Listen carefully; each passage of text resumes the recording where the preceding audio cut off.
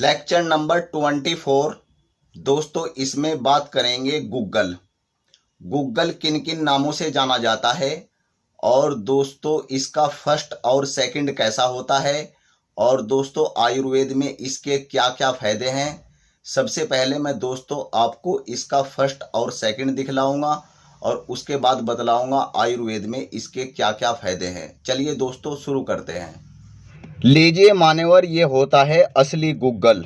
दोस्तों यह चमकीला होता है और चिपचिपा होता है। यदि इसको हाथों में लिया जाए तो यह हाथों पर चिपक जाता है और दोस्तों यह एक मीठी सुगंध वाला होता है। और दोस्तों जब यह ताज़ा होता है तो कुछ यह पीले कलर पर होता है और साहिब जब यह पुराना हो जाता है तो यह इसका रंग थोड़ा सा काला हो जाता है। और दोस्तों यदि इसको चख कर देखा जाए तो स्वाद में यह कड़वा होता है और यदि इसको तोड़ा जाए यह आसानी से टूट जाता है और तोड़ने पर अंदर से यह हल्के से हरे रंग एवं लाल रंग लिए हुए होता है। यदि दोस्तों इसको गर्म पानी से धोया जाए तो इसके जो हरे रंग की हल्की सी रंगत होती है वह और निखर जाती है। यह थोड़ा सा डार्क हरे रंग में दिखने लगता है। और साहिब एक इसकी कसौटी ये होती है, यदि इसको जलाया जाए तो ये आसानी से जल जाता है। और दोस्तों इसकी एक कसौटी ये होती है, यदि इसको तवे पर डालकर फुलाया जाए तो ये फूल जाता है और इसकी पपड़ी सी बन जाती है। सो दोस्तों ये होता है असली गूगल और इसी का हमें इस्तेमाल करना चाहिए। अब मैं आपको दिखाता हूँ दोस्तों नकली गूगल यानी कि सेकंड गूगल। दोस्तों यह कुदरती नहीं होता, यह प्राकृतिक नहीं होता। इसको लोग अपनी कलाकारी से बनाते हैं। जो रिजेक्ट गोंद होते हैं उनमें कलर और इत्र डालकर इस गूगल को फर्जी गूगल बनाकर मार्केट में बेचते हैं और दोस्तों इसी गूगल को ज़्यादातर लोग खरीदते हैं। सो दोस्तों यह गूगल नहीं होता। यदि इसको हाथों से छुआ जाए तो यह हाथों पर नहीं चिपकता और दोस्तों यदि इसको गर्म पानी से धोया जाए तो दोस्तों इसका पीला जो कलर होता है यह धुल जाता है, यह सफ़ेद रंग का हो जाता है। सो दोस्तों यह गूगल नहीं होता।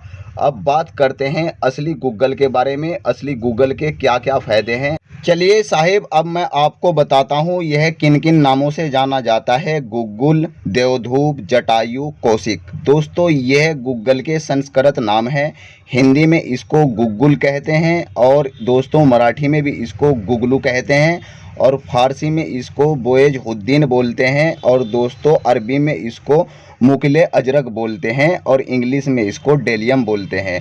सो दोस्तों ये थे गूगल के नाम। अब बात करेंगे इसके आयुर्वेदिक गुणों की। दोस्तों इसके अंदर क्या क्या गुण होते हैं। दोस्तों गूगल रसायन होता है और त्रिदोष नाशक होता है, बाल्य होता है यानी कि यह ताकतवर होता है और वातनुलोमक होता है और दोस्तों यह दीपन होता है और वातहर होता है यानी कि बाई की बीमारी में दोस्तों यह बहुत काम आता है और यह उत्तेजक भी होता है यानी कि यह जोशावर भी होता है और तासीर में दोस्तों यह गर्म होता है। दोस्तों यह आयुर्वेद की बहुत सी दवाइयों में इस्तेमाल किया जाता है, लेकिन यह दवाइयों में शुद्ध करके इस्तेमाल किया जाता है। आयुर्वेद में इससे बहुत सी दवाइयाँ बनती है जैसे अमृतादि गूगल, काचनार गूगल, कैसोर गूगल, गोक्षुरादि गूगल, पुनर्वादी गूगल, महायोगराज गूगल, योगराज गूगल और दोस्तों इसी से रासनादि गूगल, लाक्षलादि गूगल, मेदोहर गूगल।